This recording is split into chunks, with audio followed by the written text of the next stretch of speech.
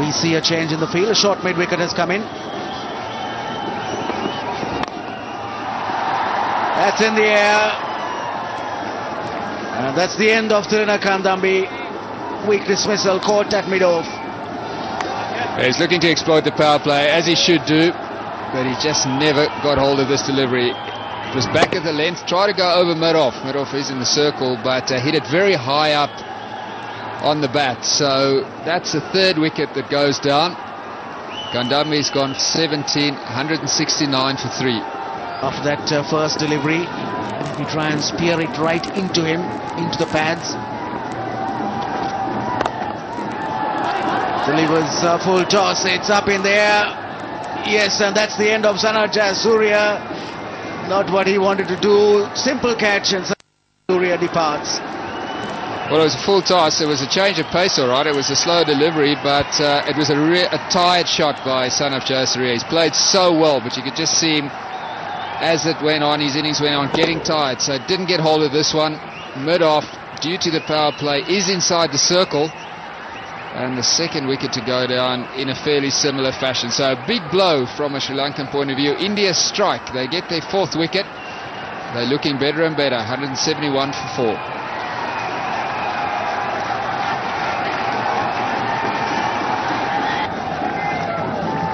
Lost Kandambi, lost Jayasuriya. He was the one who was scoring. He was the one who made the big score. That helped India.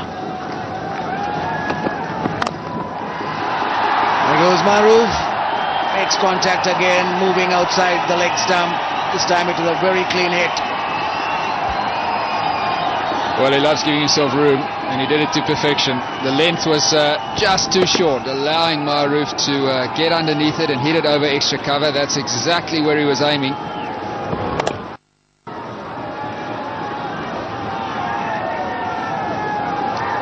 Yes, that's what the bowler's got to watch it. To pitch it in that area where he can free his arms. Gets his front.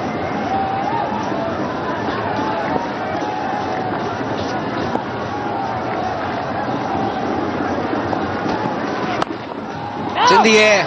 Could be another man gone. Mahela Jayawardene taken easily. Ishant Sharma picks up the wicket. Rohit Sharma the catcher. Jayawardne's bad form with the bat continues, but of course he had come in at a difficult situation where there's no time for the batsman to settle down. He's got to go for the big shots, and when you're not in good nick, this is what can happen, trying to make a little bit of room from outside the off-stump, but just getting a leading edge. Simple catch there for Rohit Sharma. So Jayawardene caught Sharma, bowled Sharma. 204 for 5.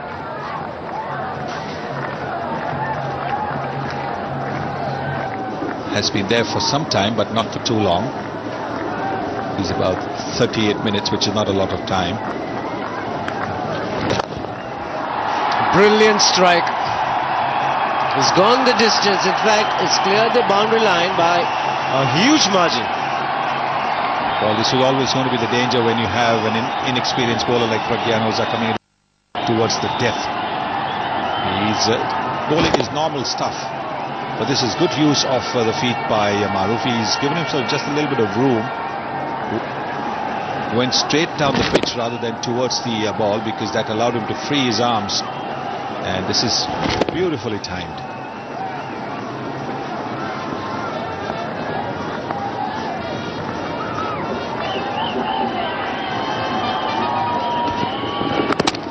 Bowled him. Gets his front leg out of the way, but inside edge.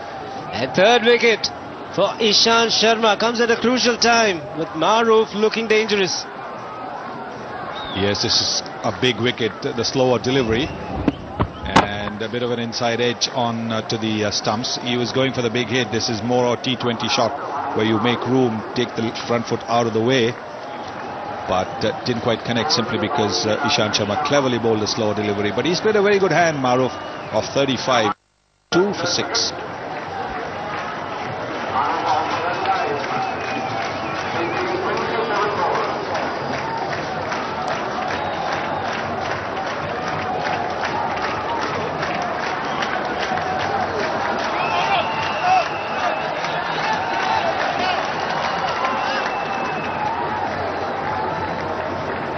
how is a little bit easier rather than when. Terrific sound of ball hitting bat. Maximum 229 for 6.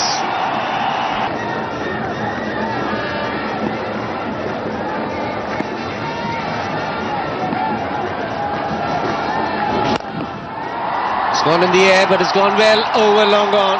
Tushara this time, his first. This is a magnificent shot.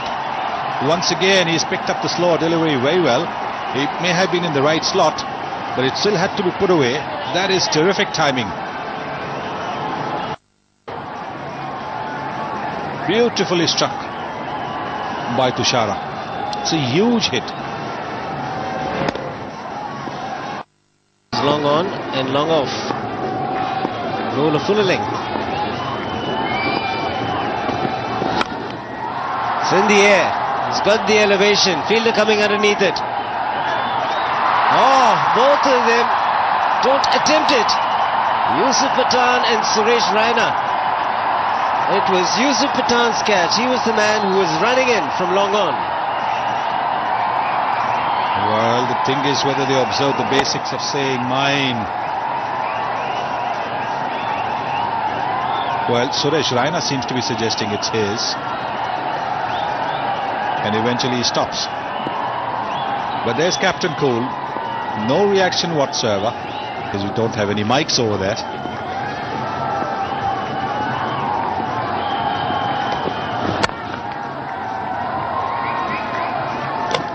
Direct hit will result in extra runs. He's referred it to the third umpire.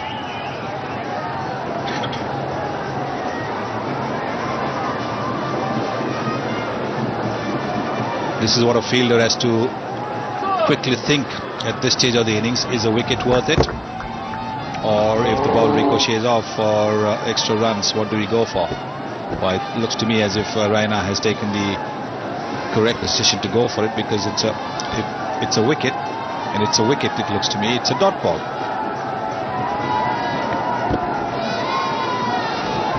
Looking to make amends here, Suresh Raina. Catch put down, then 2 runs conceded. It is on the crease as the bails are dislodged, and that should be out. We'll still have to wait for the third umpire to make a decision. Well, he's actually seeing the umpire whether the bails are completely off their groove. And if they're off their groove, then the batsman is out. But if they're still in their groove, then you've got to go just maybe another frame. They're off their groove. At this stage is on the line.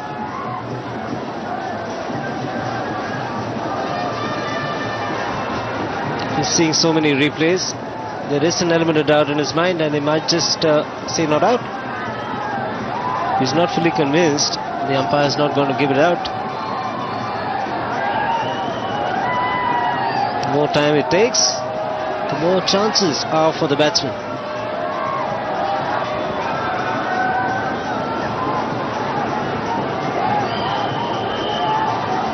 At this stage, when the ball strikes the stumps, the bails are still in their groove and the batsman is on the crease. The bat's on the crease. Now, the next one is important, the next frame.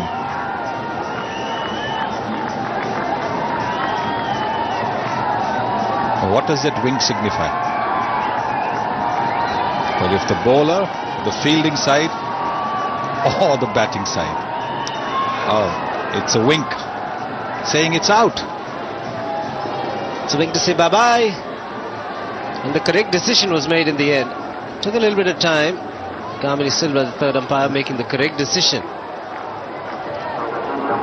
All in one motion. And directed, and he was gone.